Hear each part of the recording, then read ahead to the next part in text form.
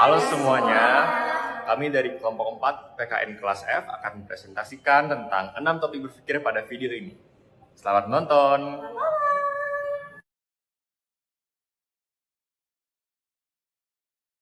Kak, gimana tanggapan kakak mengenai angkot yang parkir di trotoar? Kayak gini nih contohnya.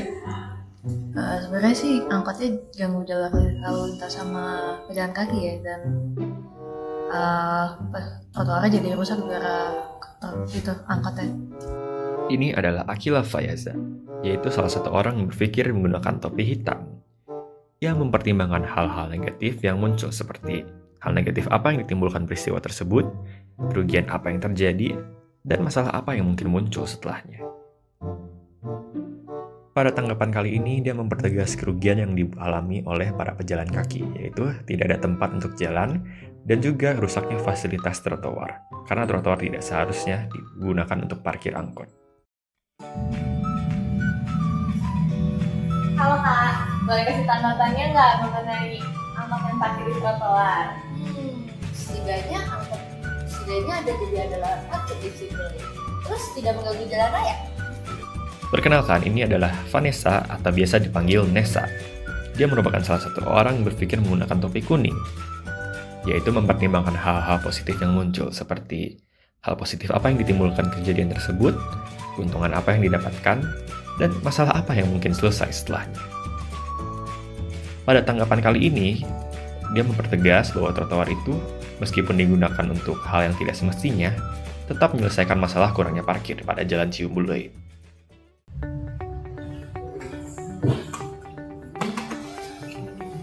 Kak, boleh minta tanggapannya nggak sih mengenai angkot yang parkir di trotoar? Oh, ini mah salah bikin trotoarnya. Harusnya dia dibuat lebih tinggi sedikit dari jalan raya biar angkot tuh nggak bisa parkir. Setuju sih kak. Berikutnya adalah saya, Darren Lee.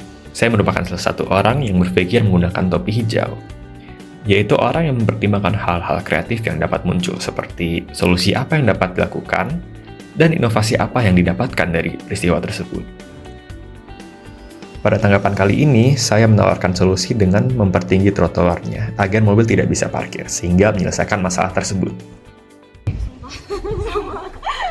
Tapi menurut lo angkot yang parkir di Ciumbuleuit yang di trotoar itu menurut lo gimana?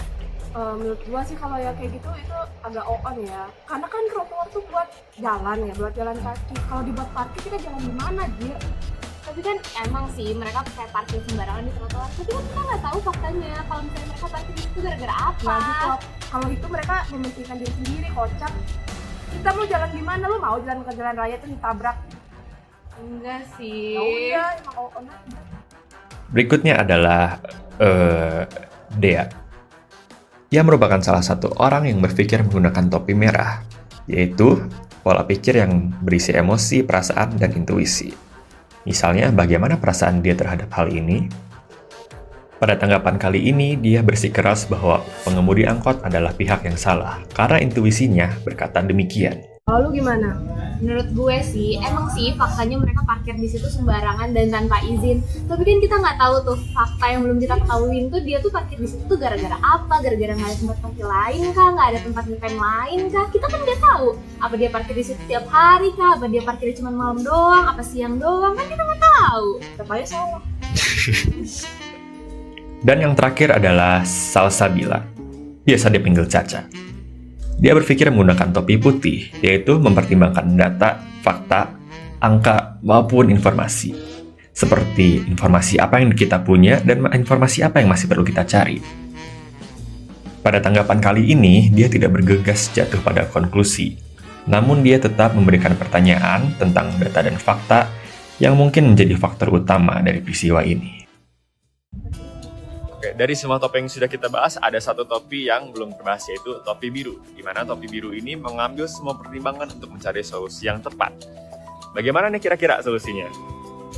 Jadi menurut saya pribadi, karena saya merupakan topi putih, menurut saya kita tuh harus masih mencari fakta-fakta yang ada di lapangan. Kita harus masih nanya-nanya nih ke supir angkotnya kenapa dia parkir di situ, dan kita harus nyari tahu dulu nih alasan dia parkir di situ tuh apa dan kenapa gitu. Kalau menurut saya sih sanksinya lebih ditegasin ya, karena banyak banget yang nggak taat peraturan, terus kayak sanksinya kurang tegas aja. Kalau bisa ada patroli setiap hari. Menurut saya dari topik kuning, ya mungkin memperbanyak lahan parkir, karena ya kita nggak tahu jalan Ciumbuluit udah sempit, terus ada angkot mau narik orang, ya mungkin butuh lahan parkir yang lebih luas. Kalau menurut saya, trotoarnya harus diperbaiki agar mobil tuh tidak bisa parkir di situ. Contohnya bisa dibuat lebih tinggi atau dibuat ada pembatasnya. Menurutku belajar PKN sama Bu Esther kayak gimana sih? Terus kayak project kita selama berminggu-minggu ini menurut lu gimana? Menurut gua PKN-nya seru sih, karena kayak beda dari kita SD, SMP, SMA kan, ini tuh kita diajarin lebih kritis terhadap. Terus yang project? Terus yang project seru sih, soalnya kita kan ketemu seminggu sekali ya, terus kita ngobrolin di situ, jadi lebih enak aja buat membuka pikiran. Pengalaman pelajaran PKN sejauh ini sih sebenarnya menarik ya, karena kan beda dari SMA ya, dan kita disuruh lihat dari pandangan berbeda sih.